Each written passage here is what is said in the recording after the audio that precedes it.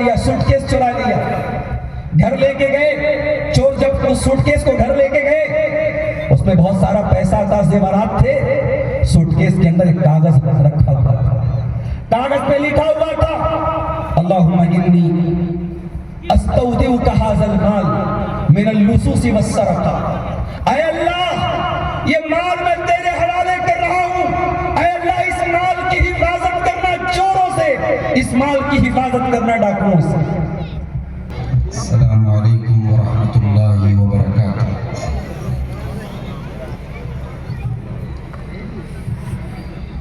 الحمد للہ نحمده ونستعینه ونستغفره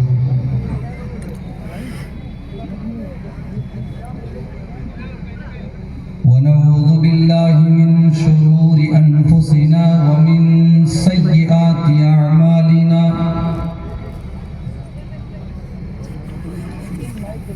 من يهده الله فلا مضل له ومن يضلل فلا هادي له، وأشهد أن لا إله إلا الله وحده لا شريك له، وأشهد أن محمدا عبده ورسوله۔ يا أيها الذين آمنوا اتقوا الله حق تقاته ولا تموتن إلا وأنتم مسلمون۔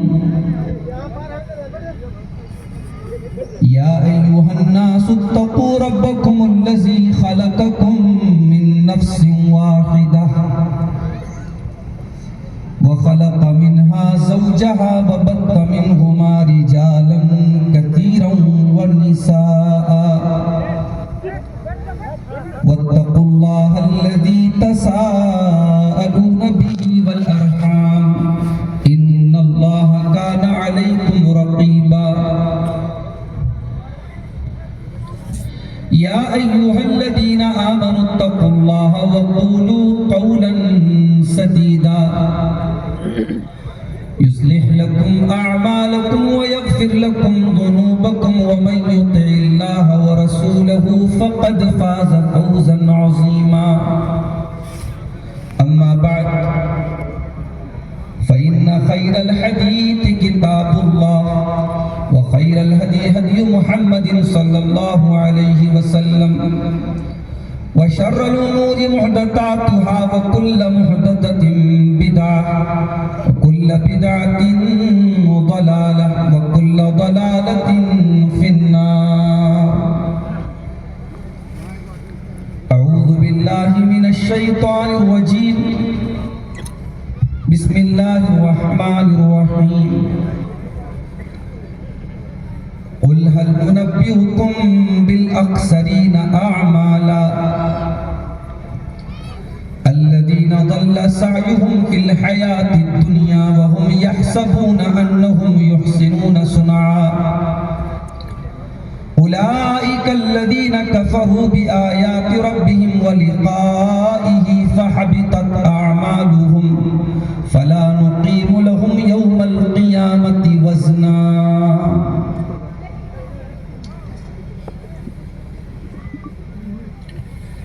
زباں پر ہے نعت نبی مکرم، یہ الفت نہیں ہے تو پھر اور کیا ہے؟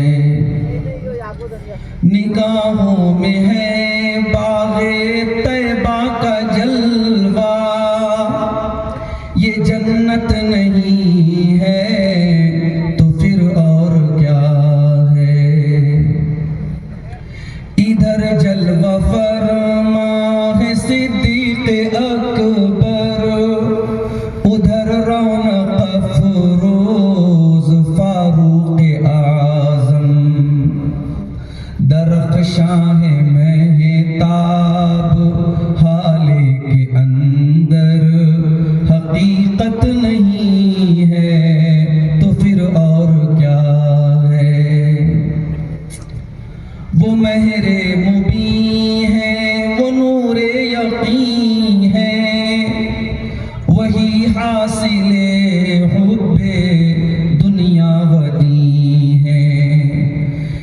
جسے آپ فرما دیں قول و عمل سے وہ سنت نہیں ہے تو پھر اور کیا ہے؟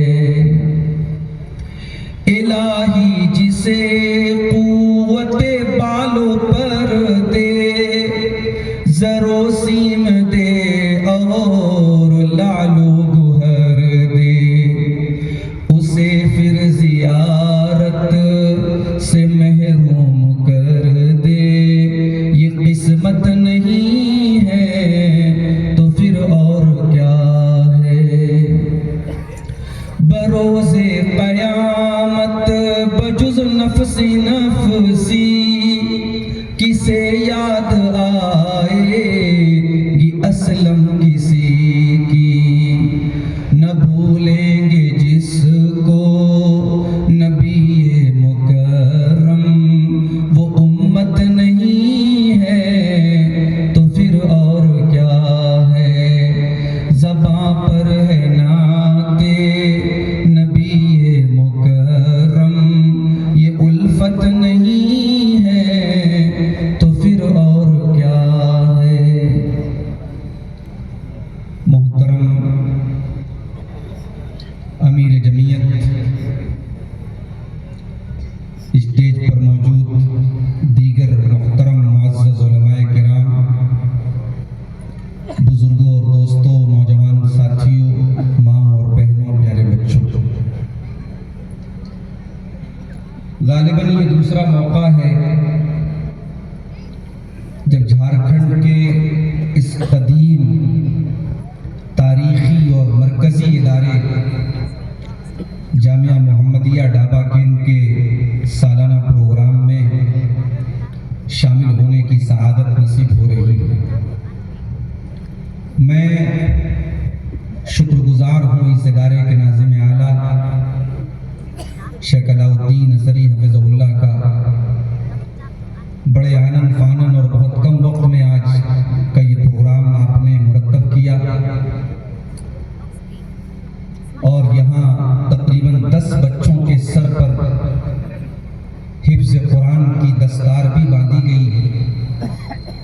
میں اللہ سے دعا کرتا ہوں اللہ تعالیٰ ان بچوں کو مرتے دم تک اس دولت کی حفاظت کی توفیق عطا فرمائے اور جس قرآن کو انہوں نے سینے میں اتارا ہے اپنے کردار اور اپنے عمل میں بھی اس کو اتارنے کی اللہ تعالیٰ ان کو توفیق عطا فرمائے، آمین۔ میرے بھائیوں، تقریر بہت لمبی کرنے کا وقت بھی نہیں ہے اور موسم بھی اجازت نہیں دیتا ہے۔ مقامی علماء کی آپ نے تقاریر بہت مختصر سنی ہے، ان سے کچھ زیادہ مجھے وقت مل رہا ہے۔ میں بہت ہی اہم موضوع پر کچھ ٹو دا پوائنٹ باتیں آج آپ کے سامنے رکھنا چاہتا ہوں۔ انسان کی ایک فطرت ہے، انسان جب کسی چیز کو حاصل کرتا ہے اور خاص طور سے اگر وہ چیز محنت سے حاصل کرتا ہے تو انسان اس کی حفاظت کرتا ہے، اسے ضائع نہیں ہونے دینا چاہتا، اسے برباد نہیں ہونے دینا چاہتا۔ ایک کسان ہے، وہ کھیتی کرتا ہے، بڑی محنت اور مشقت کے ساتھ کھیتی کا جو بھی پروسیس ہے، جو بھی طریقہ ہے، وہ سارے طریقے کو فالو کرتا ہے، پورا کرتا ہے۔ اگر اس کسان کو یہ بتا دیا جائے کہ اتنی محنت کرنے کے بعد تجھے پیداوار نہیں ملے گی، تیرے کھیت سے فصل نہیں پیدا ہوگی، تیری پوری فصل برباد ہو جائے گی، ظاہر ہے اس کسان کے لیے بہت بڑا جھٹکا اور بہت بڑا صدمہ ہوگا۔ ایک تاجر ہے، بزنس مین ہے، اس نے اپنا کیپٹل لگایا ہے، پیسہ لگایا ہے کسی کاروبار میں، اس نے پروفٹ کے لیے کاروبار میں پیسہ لگایا ہے۔ اسے اگر کوئی یہ بتا دے کہ بھائی جس کاروبار میں تو پیسہ لگا رہا ہے تیری پوری رقم ڈوب جائے گی، عقل مند تاجر ہوگا تو اس کاروبار میں پیسہ نہیں لگائے گا۔ انسان کی فطرت ہے، اتنی سوجھ بوجھ ہر انسان کے اندر ہے، انسان اپنا گھاٹا نہیں کرنا چاہتا، اپنا نقصان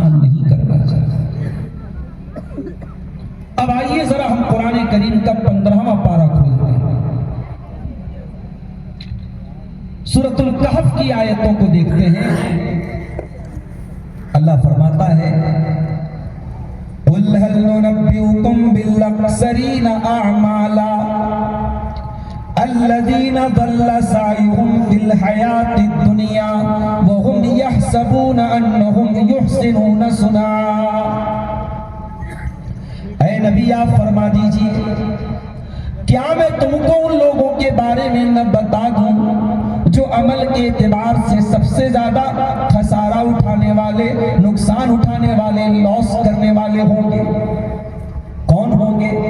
فرمایا الذین ضل سعیہم فی الحیات الدنیا، یہ وہ لوگ ہوں گے جو دنیا میں بہت محنت کیے ہوں گے، بہت عمل کیے ہوں گے، بڑے اعمال انہوں نے انجام دیے ہوں گے، ان کے سارے اعمال برباد ہو جائیں گے۔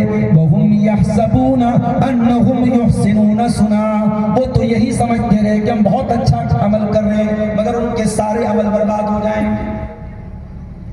أُولَئِكَ الَّذِينَ كَفَرُوا بِآيَاتِ رَبِّهِمْ وَلِقَائِهِ، اللہ فرماتا ہے یہ وہ لوگ ہوں گے جنہوں نے اپنے رب کی آیتوں کا انکار کیا ہوگا، جنہوں نے اللہ کی ملاقات کا انکار کیا ہوگا، جو کافر ہوں گے، جو مومن نہیں ہوں گے، جن کے اندر ایمان نہیں ہوگا۔ فَحَبِطَتْ أَعْمَالُهُمْ، ان کے سارے عمل برباد ہو جائیں گے۔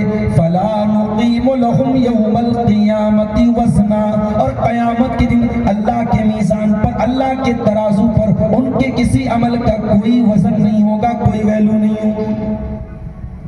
یہ ہے اصل گھاٹا، یہ سب سے بڑا خسارہ ہے کہ ہم جب آخرت میں جائیں اور ہمیں یہ معلوم ہو کہ اے میرے بندے، تو نیکیاں تو کر کے آیا ہے، تو نے مدرسے میں چندہ تو دیا تھا، تو نے زکوٰۃ تو دی تھی، تو نے روزے تو رکھے تھے، تو نے حج تو کیے تھے، تو نے عمرے تو کیے تھے، مگر تیرا عمل زیرو ہو گیا، تیرے سارے عمل برباد ہو گئے۔ اس سے بڑا خسارہ اور اس سے بڑا گھاٹا میرے پیارے ساتھیوں اور کوئی نہیں ہو سکتا۔ آج جمعہ کا دن ہے، جس مسجد میں آپ نے جمعہ کی نماز پڑھی ہوگی، ہو سکتا ہے کہ امام صاحب نے سنت کے مطابق پہلی رکعت میں سورہ اعلیٰ کی تلاوت کی ہوگی، دوسری رکعت میں سورہ غاشیہ پڑھی ہوگی۔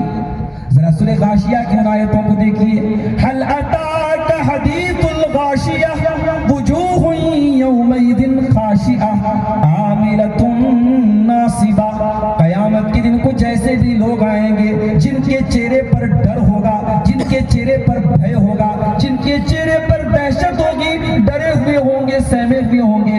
وہ کون لوگ ہوں گے؟ وہ شرابی نہیں ہوں گے، وہ زانی نہیں ہوں گے، وہ گناہ کرنے والے نہیں ہوں گے۔ عاملۃ ناصبہ، وہ عمل کر کے تھک گئے ہوں گے، بہت عمل کیا ہوگا، بہت نیکی کی ہوگی۔ تسلا نارن حامیہ، مگر اللہ کی بھڑکتی ہوئی جہنم کی آگ میں ڈالے جائیں۔ کہ ہماری ذمہ داری نہیں بنتی کہ ہم معلوم کریں، ہم جانیں کہ وہ کون سی ایسی چیزیں ہیں جو ہمارے عمل کو برباد کر دیتی ہیں۔ آپ کے گھر میں لکڑی کا فرنیچر ہوگا، لکڑی کے دروازے ہوں گے، لکڑی کی کھڑکیاں ہوں گی، پورے گھر میں کہیں پر آپ نے اگر دیمک کا کیڑا دیکھ لیا، آپ فوراً دیمک کے کیڑے کی دوا کا انتظام کریں گے، کہیں ایسا نہ ہو یہ دیمک میرے گھر کے فرنیچر کو چٹ کر جائے، میرے گھر کی تمام لکڑی کی چیزوں کو برباد کر دے۔ میرے پیارے ساتھیوں، کیا ہماری ذمہ داری نہیں بنتی کہ ہم ان چیزوں کو جانیں جو ہمارے عمل کے لیے دیمک ہے، جو ہماری نیکیوں کے لیے دیمک ہے، جو ہمارے نمازوں کے لیے دیمک ہے؟ آج کا میرا ٹاپک یہی ہے، وہ کون سی ایسی چیزیں ہیں جو ہمارے عمل کے لیے دیمک کا کام کریں۔ قرآن کا 19واں پارہ کھولیے، وَقَالَ الَّذِينَ لَا يَرْجُونَ لِقَاءَنَا لَوْلَا أُنزِلَ، وَقَالَ الَّذِينَ لَا يَرْجُونَ لِقَاءَنَا، کیسے آئے حافظ صاحب؟ لولا انزل علينا الملائكة او نرى ربنا لقد استكبروا في انفسهم وعتوا عتوا كبيرا۔ وہ لوگ جو ہم سے ملاقات کی امید نہیں رکھتے، جو کافر ہیں جو مومن نہیں ہیں، وہ کہتے ہیں اے محمد صلی اللہ علیہ وسلم اگر آپ اللہ کے سچے رسول ہیں تو فرشتے ہم کو نظر کیوں نہیں آتے، فرشتے ہمارے پاس کیوں نہیں آتے؟ ایک کام کرو، ہمیں فرشتوں کا دیدار کرا دو یا ہمارے رب کا ہمیں دیدار کرا دو۔ اللہ فرماتا ہے لَقَدِ اسْتَكْبَرُوا فِي أَنفُسِهِمْ، یہ کافر بڑے گھمنڈی ہیں، یہ بڑے سرکش ہیں، وَعَتَوْا عُتُوًّا كَبِيرًا، یہ بڑے ضدی ہیں، بڑے ڈھیٹ لوگ ہیں۔ یوم یرون الملائکۃ لا بشرا یومئذ للمجرمین ویقولون حجرا محجورا، جس دن یہ فرشتوں کو دیکھیں گے، جب موت کا ٹائم آئے گا، یہ موت کے فرشتوں کو دیکھیں گے تو یہ کہیں گے ہائے ہماری بربادی، یہ تو بڑا برا دن آ گیا۔ جب موت کے فرشتوں کو حقیقت میں یہ دیکھ لیں گے تب ان کو سمجھ میں آئے گا کہ فرشتوں کو دیکھنے کے بعد ایمان لانے کا کوئی مطلب نہیں ہے۔ آج کل واٹس ایپ پر کسی نے سوال کیا تھا کہ مرغا رات میں اگر آواز دے تو کیا کرنا چاہیے؟ کسی علاقے میں دیہات میں رات میں مرغا اگر آواز دینے لگے تو لوگ مرغے کو ذبح کر دیتے ہیں، کہتے ہیں صاحب اس نے کسی جنات کو دیکھ لیا، کسی شیطان کو دیکھ لیا۔ میں آپ کو بتا دوں کہ یہ جہالت بھرا عقیدہ ہے۔ اللہ کے رسول کی حدیث کیا ہے کہ جب مرغے کو آواز دیتے ہوئے سنو تو اللہ کا فضل طلب کرو، اس لیے کہ مرغا تبھی آواز دیتا ہے جب کسی فرشتے کو دیکھتا ہے۔ ہاں، کتا اگر بھونکے یا گدھا اگر چلائے تو تم اللہ کی پناہ طلب کرو کیونکہ وہ شیطان کو دیکھتا ہے۔ تو مرغا یہ فرشتے کو دیکھتا ہے، انسان دنیا میں عام طور سے فرشتوں کو نہیں دیکھ سکتا، تو اللہ نے کہا کہ یہ کافر حقیقت میں جس دن فرشتوں کو دیکھیں گے اس دن یہ کہیں گے ہائے ہماری بربادی۔ اس کے بعد فرمایا وَقَدِمْنَا إِلَى مَا عَمِلُوا مِنْ عَمَلٍ فَجَعَلْنَاهُ هَبَاءً مَنْثُورًا، اے کافروں آج تمہاری موت کا دن ہے، تم نے جو عمل کیا ہے وہ عمل تم ہمارے پاس لے کر کے آؤ گے، ہم وہ سارا عمل ہوا میں اڑا دیں گے، ڈسٹ بنا دیں گے، دھول بنا دیں گے، تمہارے کسی عمل کی ہمارے یہاں کوئی ویلو نہیں ہوگی۔ پتہ یہ چلا کہ اللہ کی سب سے پہلی کنڈیشن ایمان ہے۔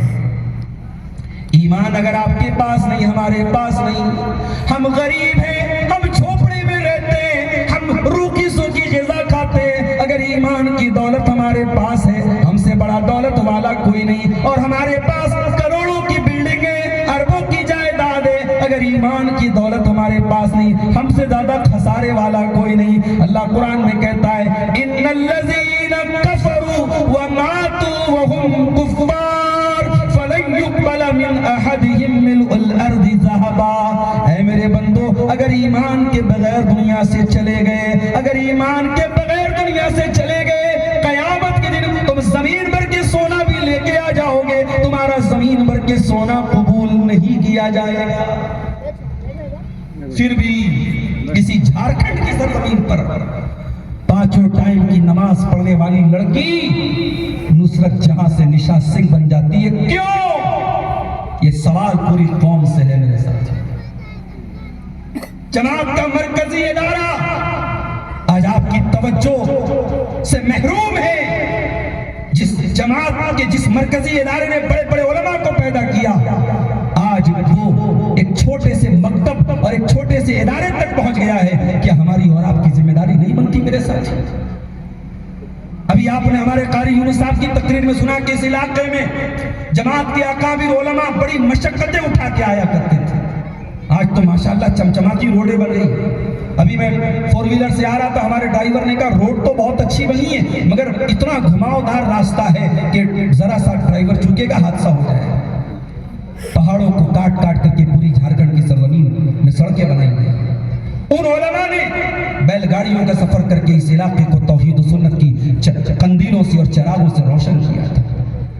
آج بڑے فخر کے ساتھ ہم کہتے ہیں جامتارا کا یہ علاقہ، گریڈی کا یہ علاقہ، دیوگھر کا یہ علاقہ کروڑوں فرزندان توحید کی سرزمین ہے، یہاں لاکھوں فرزندان توحید ہیں، کتاب و سنت پر چلنے والے لوگ ہیں، مگر میرے پیارے ساتھیوں جب اسی علاقے سے یہ خبر جاتی ہے اور بالی ووڈ میں فلمیں بنتی ہیں کہ جامتارا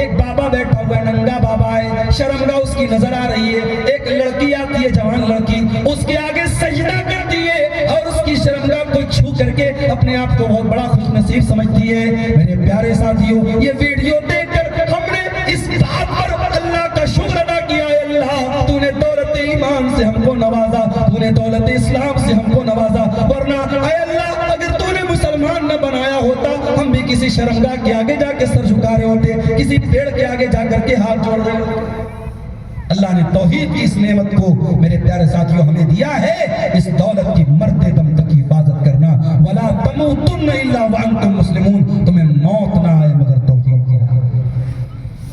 اور آگے بڑھیے، آپ کی نیکیوں کے لیے خطرہ بننے والی ایک اور چیز ہے جس کو اللہ کے نبی نے شرک اصغر کہا ہے۔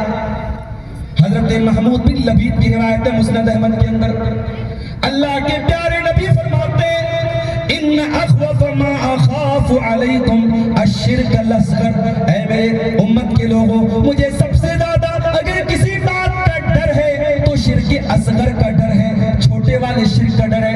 صحابہ نے کہا اللہ کے نبی یہ چھوٹا والا شرک کیا ہوتا ہے؟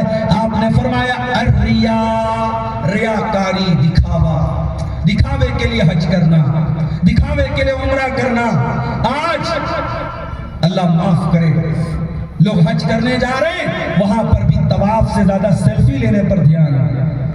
ہمارے ایک دوست اپنی اہلیہ کے ساتھ عمرہ کرنے گئے، بعد میں آنے کے بعد کہنے لگے مولانا صاحب ایک چیز کا ملال رہ گیا۔ میں نے کہا کیا ملال رہ گا بھائی؟ بولے وہ ویڈیو میں دیکھا کہ میاں بیوی دونوں اپنا کھانے کعبہ کے غلاف پہ ہاتھ رکھ کے فوٹو کھینچتے ہیں، وہ فوٹو ہم نہیں کھینچ سکتے۔ میں نے کہا بھائی تجھ سے کس نے بولا کہ وہ فوٹو کھینچنے سے زیادہ ثواب ملے گا؟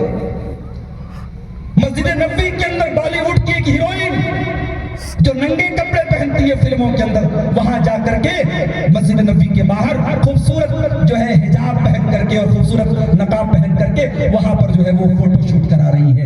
اب مکہ اور مدینہ بھی جو ہے یہ نمائش کا اڈا بنتا چلا جا رہا ہے اور سیر و سیاحت کا اس کو لوگوں نے ذریعہ بنا رکھا ہے۔ ہماری عبادتوں سے میرے پیارے ساتھیوں روحانیت ختم ہو رہی ہے۔ اسی لیے اللہ قرآن میں کہتا ہے فَوَيْلٌ لِّلْمُصَلِّينَ الَّذِينَ هُمْ عَنْ صَلَاتِهِمْ سَاهُونَ الَّذِينَ هُمْ يُرَاءُونَ، ایسے نمازیوں کے لیے بربادی ہے، ویل ہے، جہنم ہے جو دکھاوے کے لیے نماز پڑھتے ہیں۔ تیرا دل تو ہے صنم آشنا، تجھے کیا ملے گا نماز میں؟ نماز میں انسان نماز پڑھ رہا ہے، دل کہیں ہے، دماغ کہیں ہے۔ میرے پیارے ساتھیوں ایسی نماز ہمارے منہ پر مار دی جائے گی۔ ہمارے یہ بچے قرآن کے حافظ ہوئے ہیں، اس میں سے ایک بچے نے ہم سے کہا تھا مولانا ہمارے لیے کوئی نصیحت کر دیجئے گا۔ چلو تمہیں ایک حدیث سنا دیتا ہوں، مرتے دم تک اس حدیث کو یاد رکھنا۔ حدیث کے راوی کون ہے؟ ابو ہریرہ، اور جو ابو ہریرہ کو نہ جانے وہ اہل حدیث نہیں ہو سکتا۔ ابو ہریرہ کون ہے؟ جو ایک ٹائم کھانا کھاتے تھے، ایک ٹائم بھوکے رہتے تھے، مگر نبی کی خدمت میں ہر وقت لگے رہتے تھے۔ کھانا ملا تب بھی نہیں ملا، تب بھی پیٹ بھرا تب بھی نہیں بھرا، تب بھی ابو ہریرہ کا ایک ہی کام ہے، نبی نے کیا کہا، نبی نے کیا کیا۔ صرف 3 سال نبی کے ساتھ رہے اور 5374 حدیثوں کو یاد کر کے امت کو پہنچایا ابو ہریرہ رضی اللہ تعالیٰ عنہ۔ ابو ہریرہ کہتے ہیں او لوگوں، اللہ کے پیارے نبی فرماتے ہیں ان اللہ لینزل یوم القیامت یقضی بین العباد، اللہ تعالیٰ قیامت کے دن نازل ہوگا اپنے بندوں کا فیصلہ کرنے کے لیے۔ وَكُلُّ أُمَّةٍ جَاثِيَةٍ، ہر امت گھٹنوں کے بل گری ہوگی، پڑی ہوگی۔ اللہ کر کے اپنے بندوں کا حساب کرے گا۔ اللہ سب سے پہلے 3 لوگوں کو بلائے گا۔ سب سے پہلے حافظ صاحب کو، عالم صاحب کو، قرآن کے قاری صاحب، قرآن کے عالم صاحب کو بلایا جائے گا۔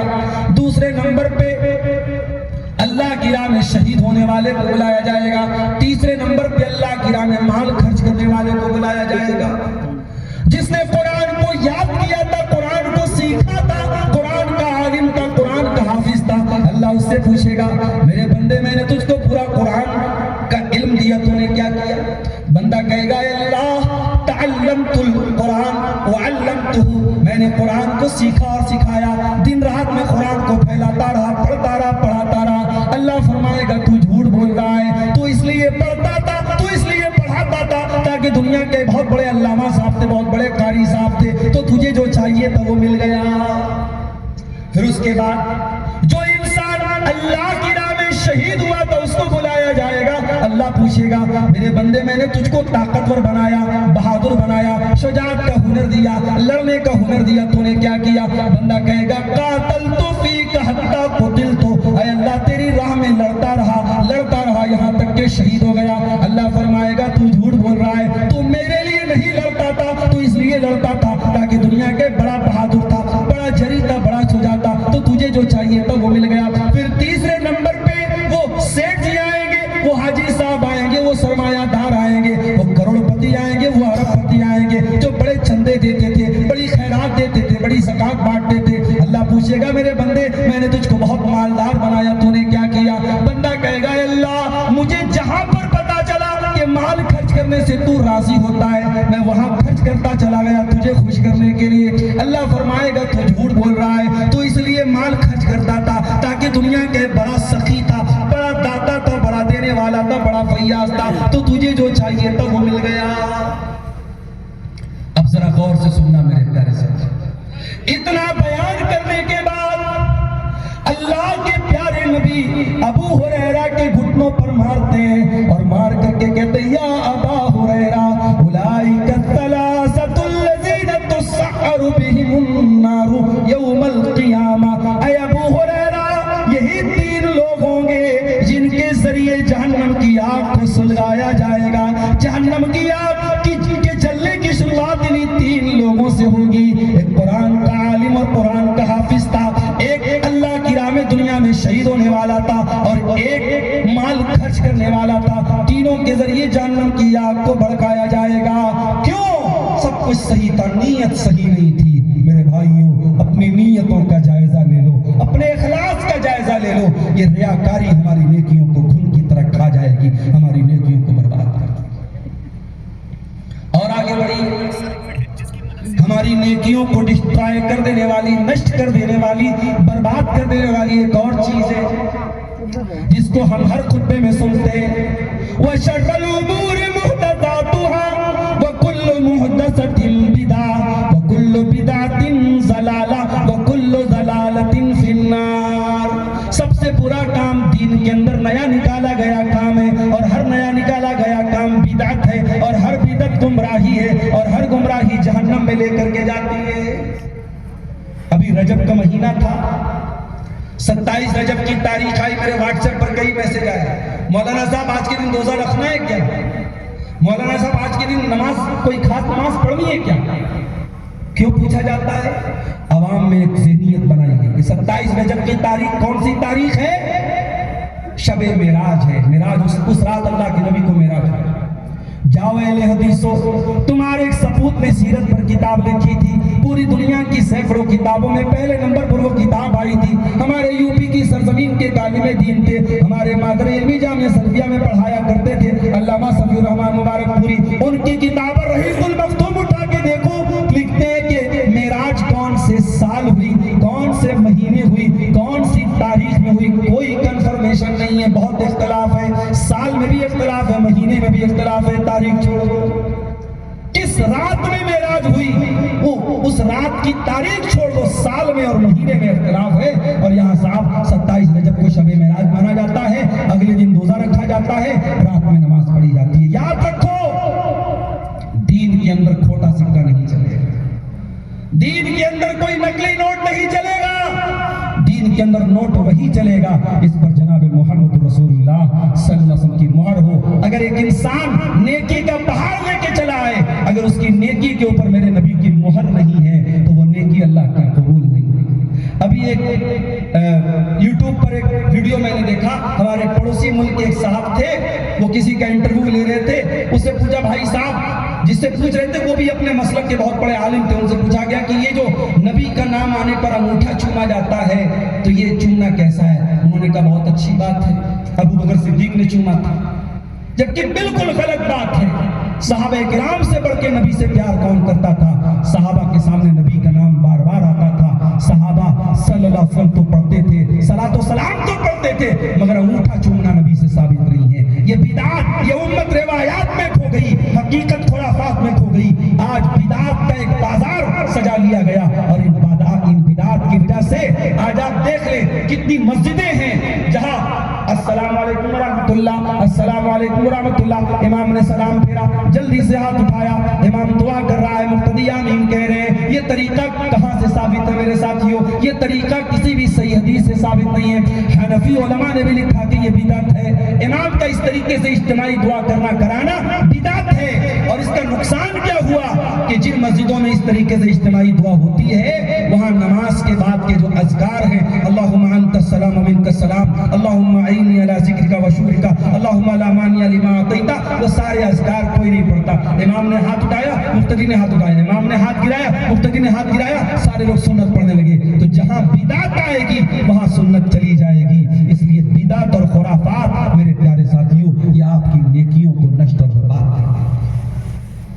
اور آگے بڑھیے، ایک اور چیز ہے جو ہماری نیکیوں کو برباد کر دے گی، نماز کے معاملے میں کوتاہی۔ اللہ کے پیارے نبی فرماتے ہیں ان اول ما یحاسب به العبد یوم القیامت صلاتہ، قیامت کے دن پہلا سوال کیا جائے گا نماز پڑھتے تھے کہ نہیں پڑھتے تھے، کتنی پڑھتے تھے، کیسی پڑھتے تھے۔ فإن صلحت، اگر نماز کا معاملہ صحیح ہے فقد افلح وانجا، تو انسان کامیاب ہے۔ وإن فسدت، اگر نماز کا معاملہ گڑبڑ ہے، میری ماں اور بہنوں مجھے معلوم ہے آپ کے بہانے، نماز نہ پڑھنے کے آپ کے بہانے۔ مولوی صاحب چھوٹا بچہ ہے پیشاب کر دیتا ہے، حضرت فاطمہ کے زمانے میں تو پیمپر بھی نہیں تھا، حضرت حسن و حسین کی پرورش تو پیمپر کے ذریعے بھی نہیں ہوا، تو پیمپر بھی نہیں تھا، وہاں تو واشنگ مشین بھی نہیں تھی، وہاں تو گیس کا چولہا بھی نہیں تھا، لیکن نبی کی بیٹیوں نے کبھی نماز نہ چھوڑی، نبی کی بیویوں نے کبھی نماز نہ چھوڑی۔ آج تو میری ماں و بہنوں آپ کو اللہ تعالیٰ نے بہت سہولتوں سے نوازا ہے، یاد رکھو اگر نماز کا معاملہ گڑبڑ ہے تو جلسے میں آنے سے نجات نہیں ملے گی۔ اللہ کے نبی فرماتے ہیں اگر نماز کا معاملہ گڑبڑ ہے فقد خاب و خسرا، انسان برباد ہو جائے گا۔ ایک اور حدیث میں اللہ کے نبی فرماتے ہیں من ترک صلاۃ العصر فقد حبط عملہ، جس نے عصر کی نماز جان بوجھ کر کے چھوڑ دی اس کے سارے عمل برباد ہو جائیں گے۔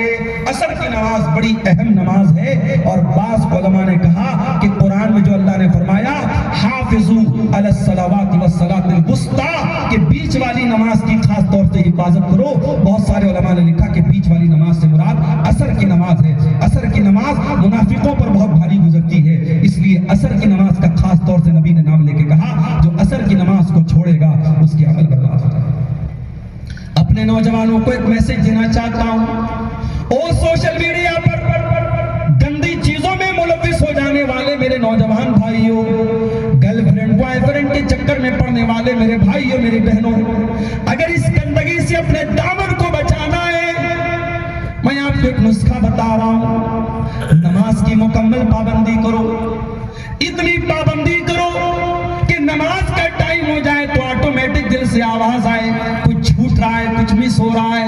وَرَجُلٌ تعلق قلبه بالمساجد ورجل قلبه معلق بالمساجد، وہ انسان جس کا دل مسجد میں اٹکا ہو ویسے بن جاؤ۔ اگر ایسے نمازی بن گئے، مجھے یقین ہے میرے نوجوان ساتھیوں سوشل میڈیا کا غلط استعمال بھی انشاءاللہ بند ہو جائے گا، گندے کام بھی بند ہو جائیں گے، بری عادتیں بھی بند ہو جائیں گی، اس لیے کہ قرآن کہتا ہے، اللہ فرماتا ہے ان الصلاۃ تنہی عن الفحشاء والمنکر، بے شک نماز بے حیائی اور برائی سے روکتی ہے۔ ہمارا حال تو یہ ہے، مسجد 3 منزلہ کی ہے، 4تھے منزلے کی تیاری ہو رہی ہے، لیکن پوچھو بھائی 5 ٹائم میں یا جمعہ میں؟ مولوی صاحب صرف جمعہ میں دقت ہوتی ہے، نماز 5 ٹائم کی نماز میں دقت نہیں ہوتی۔ مسجد تو بنا لی شب بھر میں ایمان کی حرارت والوں نے، من اپنا پرانا پاپی تھا برسوں میں نمازی بن نہ سکا۔ نماز کی مکمل پابندی کرو میرے پیارے ساتھیوں، نماز چھوڑو گے تو تمہاری نیکیاں، تمہاری اور نیکیاں برباد ہو جائیں گی۔ اور آگے بڑھو، ایک اور چیز ہے جو ہماری نیکیوں کو برباد کر دے گی، کسی کا حق مار لیا، کسی کی زمین پر ناجائز قبضہ کر لیا، کسی کا مال لے کر کے بیٹھ گئے، کسی کی عزت اتار دی، کسی کی غیبت کر دی، اگر ایسا کچھ کیا ہے تو یاد رکھو دنیا میں چھٹکارا حاصل کر لو، زمین جس کی لیے زمین دے دو، پیسہ جس کا لیا ہے پیسہ دے دو، جس کا حق مارا ہے حق دے دو، جس کی غیبت کیا ہے جا کے معافی مانگ لو، اگر نہیں دو گے اللہ کے نبی فرماتے ہیں من کانت عنده مظلمۃ لاخیہ فلیتحللہ منہ من قبل یوم القیامہ، اگر کسی کے اوپر ظلم و ستم کیا ہے تو قیامت کا دن آنے سے پہلے چھٹکارا حاصل کر لو، فإنہ لیس ثم دینار ولا درہم، قیامت کے دن درہم اور دینار نہیں چلے گا، روپیہ پیسہ نہیں چلے گا، وہاں آپ کی نیکی چلے گی، وہاں آپ کے گناہ چلیں گے، اگر آپ نے کسی کا حق مارا آپ کی نیکی اس کو دے دی جائے گی، اگر نیکی کم پڑے گی تو اس کے گناہ آپ کے اوپر لاد دیے جائیں گے، تو یہ بہت بڑا مفلس اور قلاش انسان ہوگا جو دنیا سے نیکی لے کر کے جائے گا اور پھر نیکی ختم ہو جائے گی اور دوسرے کے گناہ اس کے اوپر لاد دیے جائیں گے۔ حقوق العباد کا معاملہ بہت خطرناک ہے میرے پیارے ساتھیو، اور جب بات آئی حقوق العباد کی تو ایک بات کہنا چاہتا ہوں، ہم سے بہت سارے نوجوان یہ بات کہتے ہیں مولانا صاحب والدین پر تقریر بہت ہوتی ہے، کیا شریعت میں صرف والدین کے حقوق بیان کیے گئے ہیں؟ کیا اولاد کے حقوق بیان نہیں کیے گئے ہیں؟ کتنے ماں باپ ہیں جو اپنے بچوں کے ساتھ ناانصافی کرتے ہیں، کسی ایک بیٹے کو سب کچھ دے دیا، دوسرے بیٹے کو محروم کر دیا، کسی کو زیادہ دے دیا، کسی کو کم دے دیا، بیٹے کو دے دیا بیٹی کو نہیں دے دیا۔ معاف کرنا میرے پیارے ساتھیو، شریعت نے جو نظام بنایا ہے، اسلام کا جو قانون وراثت ہے وہ ہمارا بنایا ہوا نہیں، اللہ کا بنایا ہوا قانون وراثت ہے، وہ ہمارے کیلکولیٹر سے نہیں چلے گا، وہ ہماری لاجک سے نہیں چلے گا۔ باپ کے 5 بیٹے ہیں، ایک بیٹا 40 سال کا ہو گیا، ایک بیٹا 20 سال کا ہے، ایک بیٹا 10 سال کا ہے، ایک بیٹا 5 سال کا ہے، ایک بیٹا اپنی ماں کی ابھی پیٹ میں ہے، باپ کا انتقال ہو گیا، باپ کا انتقال ہو گیا۔ 40 سال والا بیٹا باپ کے ساتھ کھٹا کرتا تھا، کھڑے ہو کے مکان اس نے بنوایا تھا، کاروبار بھی باپ کے ساتھ کرتا تھا، لیکن باپ کی اپنی جو ملکیت تھی، باپ کا اپنا جو مال تھا، جب اس کی وراثت بٹے گی، جب حصہ لگے گا، جب ترکہ بٹے گا تو شریعت کیا کہتی ہے؟ 5 بیٹے برابر کے وارث ہوں گے۔ جو ابھی ماں کے پیٹ میں بچہ ہے، بعد میں پیدا ہو رہا ہے، ابھی نوزائیدہ بچہ ہے، نوجات بچہ ہے، اس بچے کو بھی اتنا ہی ملے گا اتنا 40 سال والے کو ملا تھا۔ یہ شریعت کا قانون ہے، تم کون ہو کہ اللہ کے قانون کو توڑنے والوں؟ میرے پیارے ساتھیوں، کبھی وراثت کے معاملے میں، جائیداد کے معاملے میں، زمین کے معاملے میں اپنے بچوں کے ساتھ ناانصافی مت کرنا۔ اگر اپنی زندگی میں بچوں کو کچھ دے رہے ہو، سب کو دینا، برابر دینا، اگر کسی کو کم دیا کسی کو زیادہ دیا، نبی نے فرمایا اتقوا اللہ وعدلوا بین اولادکم، او لوگوں اللہ سے ڈرو اور اپنی اولاد کے درمیان انصاف کرو۔ میرے پیارے ساتھیوں، اولاد کے ساتھ ناانصافی کرنے والا بھی حقوق العباد کا مجرم مانا جائے گا اور اللہ کی مصیبت پکڑ۔ اور آگے بڑھیے، شراب پینے والا، نشہ کرنے والا، من شرب الخمر لا تقبل له صلاة 40 صباحا، تو شراب پیے گا، جو نشہ کرے گا، اس کی 40 دن تک کی نماز اللہ تعالیٰ قبول نہیں کرے گا۔ اگر آپ کسی طریقے کے نشے میں، میرا کوئی بھائی اگر مبتلا ہے، جلدی سے توبہ کر لے، یہ نشہ تیری آخرت کو برباد کر رہا ہے، تیری نمازوں کو برباد کر رہا ہے۔ شراب پینے والے کی 40 دن تک کی نمازیں قبول نہیں ہوں گی۔ اور آگے بڑھیے، ایک اور چیز ہے جس کا تعلق ہماری ماں بہنوں سے ہے، اپنے شوہر کا حق ادا نہ کرنے والی عورت۔ بڑے غور سے سنیے گا، اللہ کے پیارے نبی فرماتے ہیں، الترغیب و ترہیب کی صحیح روایت ہے، ثلاثۃ لا يقبل اللہ صلاتهم، 3 لوگ ایسے ہیں جن کی نماز کو اللہ تعالیٰ قبول نہیں کرے گا، ولا تصعد الى السماء، نہ ان کی نماز آسمان کی طرف جائے گی، ولا تجاوز رؤوسهم، بلکہ ان کی نماز ان کے سر کے اوپر بھی نہیں جائے گی، ان کی نماز انہی تک رہ جائے گی، اوپر نہیں جائے گی۔ کون لوگ ہوں گے؟ نمبر 1، رجل ام قوما وهم له کارہون، نمبر 1 وہ آدمی جو ایسے لوگوں کو نماز پڑھائے جو اس کی امامت کو پسند نہیں کرتے، زبردستی امام بنا بیٹھا ہے، لوگ پسند نہیں کرتے، لوگ ہٹانا چاہتے ہیں، مگر یہ مصلی پہ جا کے ڈٹا ہوا ہے، ایسے آدمی کی نماز قبول نہیں۔ وَرَجُلٌ صَلَّى عَلَى جَنَازَةٍ وَلَمْ يُؤْمَرْ بِهِ، اور دوسرا کوئی انسان جو کسی کی جنازے کی نماز پڑھا دے جبکہ اس کو اس کی اجازت نہیں دی گئی، جنازے کی نماز بغیر اجازت کے وہ جا کے پڑھا رہا ہے، بغیر حکم کے جا کے پڑھا رہا ہے، اس کی نماز بھی قبول نہیں ہوگی۔ اور نمبر 3، وَامْرَأَةٌ دَعَاهَا زَوْجُهَا إِلَى فِرَاشِهِ، اور وہ عورت جس کا شوہر اپنی ضرورت پوری کرنے کے لیے اس کو بلائے، اور وہ شادی شدہ عورت اپنے شوہر کی ضرورت کو پورا کرنے سے بغیر کسی عذر کے انکار کر دے۔ شادی ہوئی ہے تو قرآن کہتا ہے میاں بیوی ایک دوسرے کے لباس ہیں، اور لباس اس چیز کو کہتے ہیں جو ہمارے بدن سے چپکا رہتا ہے۔ میاں بیوی کا رشتہ بڑا پرائیویٹ رشتہ ہے، اسی لیے عورت کو حکم دیا گیا کہ وہ نفل روزہ بغیر شوہر کی اجازت کے نہیں رہے گی۔ کیوں؟ صبح فجر سے لے کر کے مغرب تک جب روزہ رہے گی تو شوہر کے قریب نہیں جا سکتی، اور شوہر کو یہ رائٹ اور ادھیکار ہے، شوہر کی اجازت کے بغیر اس ادھیکار سے ونچت کرنے کا اسے کوئی حق نہیں ہے۔ اس لیے اللہ کے نبی فرماتے ہیں شوہر اگر گھر پر موجود ہے تو شوہر کی اجازت کے بغیر نفل روزہ عورت نہ رکھے، اور اگر کوئی بیماری نہیں ہے، کوئی عذر نہیں ہے تو بیوی کو شوہر اگر اپنی ضرورت کے لیے بلائے تو بیوی انکار نہ کرے۔ آج بہت سارے گھروں میں ایکسٹرا میریٹل افیئر پنپ رہے ہیں، میاں بیوی کا رشتہ کمزور پڑ رہا ہے۔ کیوں؟ شوہر اپنی بیوی کی ضروریات کو پورا نہیں کر رہا ہے، بیوی اپنی شوہر کی ضروریات کو پوری نہیں کر رہی ہے۔ میرے پیارے ساتھیوں، اس عورت کے بارے میں اللہ کے نبی کہہ رہے ہیں اس کی نماز قبول نہیں۔ اور آگے بڑھیے، آج تو یہ جلسے کا پروگرام ہے، ایک عورت مسجد جا رہی ہے تراویح کی نماز پڑھنے کے لیے یا جمعہ کی نماز پڑھنے کے لیے، اللہ کے نبی فرماتے ہیں لا يقبل اللہ صلاة امرأة تتطیب للمسجد، جو عورت مسجد میں جانے کے لیے خوشبو لگا کر کے جاتی ہے، جو عورت خوشبو لگا کر کے مسجد کے لیے نکل رہی ہے، نماز پڑھنے کے لیے نکل رہی ہے، اس عورت کی نماز اللہ تعالیٰ قبول نہیں کرے گا حتی ترجیہ فتغتسل غسل الجنابہ، جب تک کہ وہ عورت واپس جا کر کے غسل جنابت نہ کر لے، جو ناپاکی والا غسل ہے وہ غسل نہ کر لے، وہ غسل کرے گی تب جا کر کے اس کی نماز قبول ہوگی۔ اب بتاؤ میری پیاری ماں بہنوں، اگر خوشبو لگا کر کے مسجد میں آنے کی پرمیشن نہیں ہے تو میلے ٹھیلے میں جانے کی، کسی شادی بیاہ میں جانے کی جہاں مردوں کا بھی اجتماع ہو، یا کسی مارکیٹ میں جانے کی یا پروگرام اور جلسے میں جانے کی اجازت کیسے ہے؟ اور جب خوشبو منع ہے تو ایسا میک اپ آئٹم، ایسی کریم، ایسا پرفیوم، ایسا پاؤڈر جس میں خوشبو موجود ہو، عورت کو جہاں غیر مردوں کے سامنے سے گزرنا ہے وہاں اس کو خوشبو لگا کر کے جانے سے پرہیز کرنا چاہیے۔ اللہ کے نبی نے کہا اس کی نماز قبول نہیں ہوگی جب تک کہ وہ جا کر کے غسل نہ کرے۔ اور آگے بڑھیے، ہمارے مولانا علاؤالدین صاحب نے بہت لیٹ کر دیا، مجھے ابھی فوراً جو ہے نکلنا بھی ہے، ایک دو باتیں اور بیان کر کے بات ختم کرتا ہوں۔ قرض بھی بڑی خطرناک چیز ہے، اگر قرض ہے آپ کے اوپر تو پہلی بات تو بلا وجہ قرض مت لو، اگر قرض لے لیا ہے تو کہیں نوٹ کر لو، زندگی میں ادا کرنے کی کوشش کرو، اگر نہیں کر پائے تو اولاد کو وصیت کر کے جاؤ۔ کیوں؟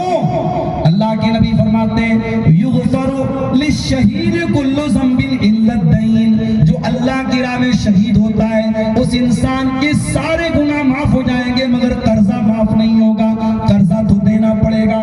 اللہ کے نبی فرماتے ہیں مومن کی جان اللہ تعالیٰ کیا معلق رہتی ہے اس کے قرض کی وجہ سے۔ قرض بڑی خطرناک چیز ہے، اللہ کے نبی پناہ مانگا کرتے تھے اللہم انی اعوذ بک من المعثم والمغرم، اے اللہ میں تیری پناہ چاہتا ہوں گناہوں سے اور قرض سے۔ میرے پیارے ساتھیوں، یہ قرض بھی آپ کی نیکیوں کو برباد کرتا ہے۔ ایک اور چیز ہے، اور آج موبائل کے دور میں وہ چیز بہت عام ہو گئی ہے، آئیے پہلے وہ حدیث سناتا ہوں تاکہ بات آپ کو اچھی طریقے سے سمجھ میں آ جائے۔ حدیث کے راوی کون ہے؟ حضرت ثوبان رضی اللہ تعالیٰ۔ حضرت ثوبان کہتے ہیں اللہ کے پیارے نبی نے فرمایا لَأَعْلَمَنَّ أَقْوَامًا مِّنْ أُمَّتِي يَأْتُونَ يَوْمَ الْقِيَامَةِ بِحَسَنَاتٍ، میں اپنے امت کے ایسے لوگوں کو جانتا ہوں جو قیامت کے دن پہاڑوں کے برابر نیکی لے کر کے آئیں گے اور اللہ تعالیٰ ان کی نیکیوں کو ہوا میں اڑا کر کے برباد کر دے گا۔ حضرت ثوبان نے کہا صفہم لنا وجلہم لنا اللہ نکون منہم، اے اللہ کے نبی ذرا کھل کر کے بتا دیجئے تاکہ ہم ان میں سے نہ ہو جائیں۔ آپ نے فرمایا اما انہم اخوانکم، اے ثوبان وہ تمہارے بھائی ہوں گے، وہ تمہاری نسل سے ہوں گے، مسلمان ہوں گے، کلمہ پڑھنے والے ہوں گے، نماز پڑھنے والے ہوں گے، رات کو عبادت کرنے والے ہوں گے،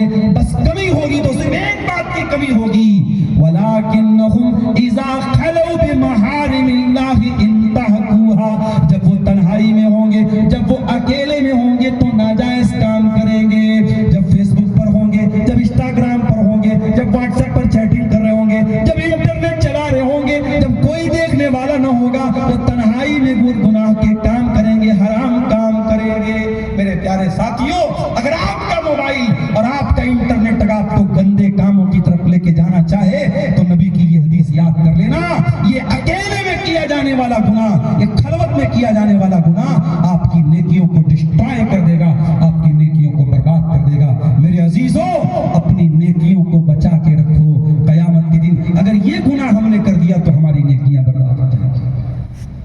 ایک اور چیز سن لیجیے، دل میں کینہ رکھنا۔ آپ کے دل میں اگر کسی مسلمان بھائی کے لیے کینہ ہے تو یہ بہت بڑے خطرے کی گھنٹی ہے۔